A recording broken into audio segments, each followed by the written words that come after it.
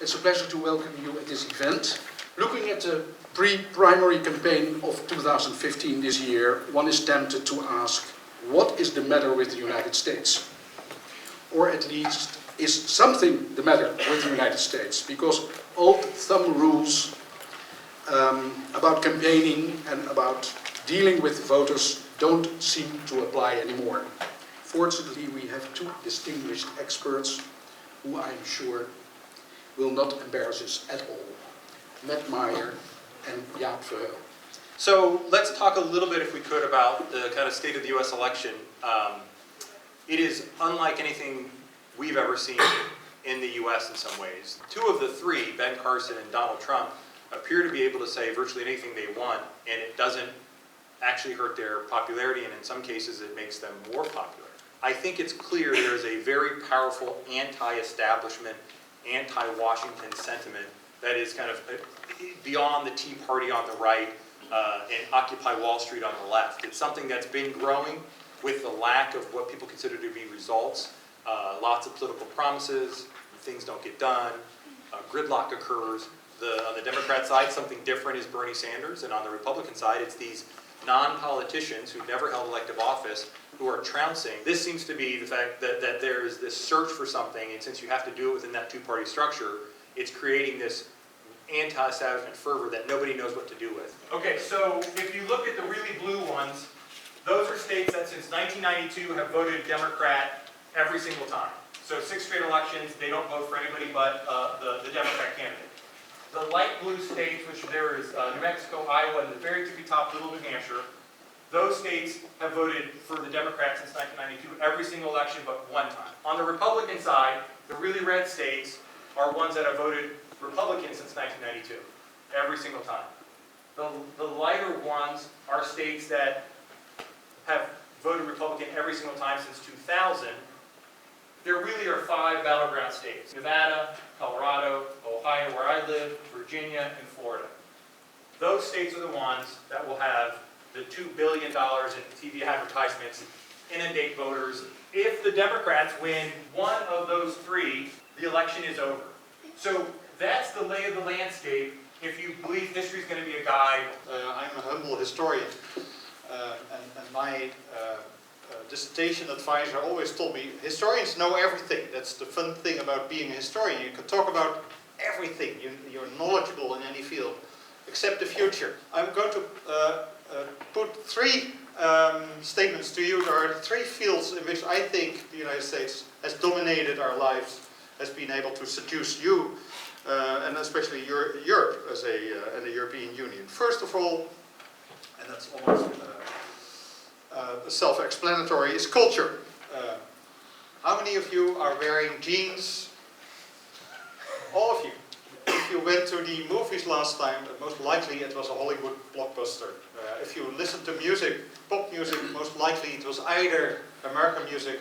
In many of the areas of not only popular culture, but also serious culture, America leads, is the dominant power. Not that we always follow it, but it's a reference culture. It's a standard that is being set in the world that we have to negotiate with.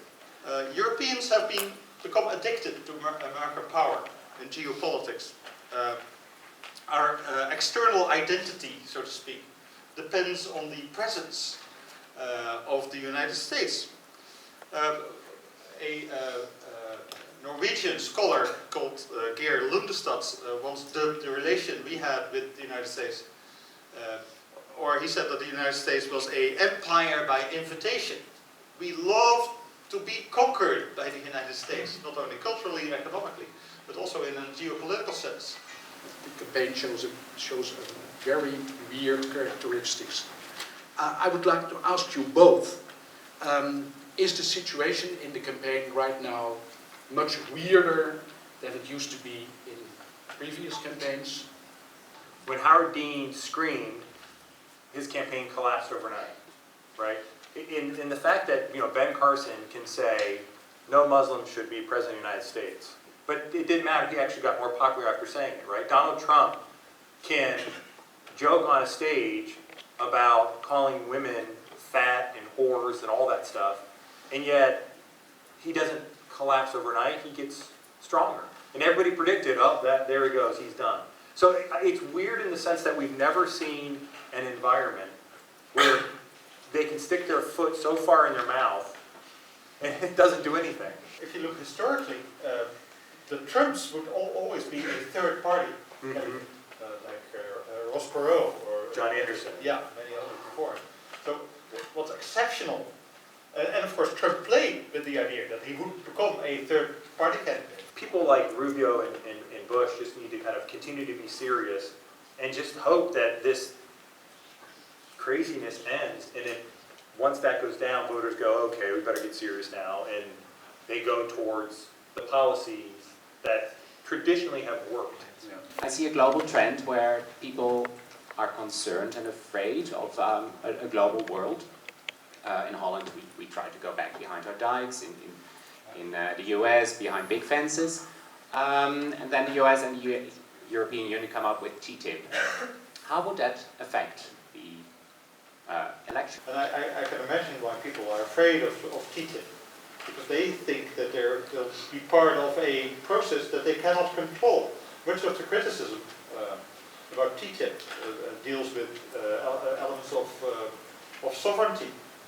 Who has control about regulation? Who has control over the way disputes are being settled?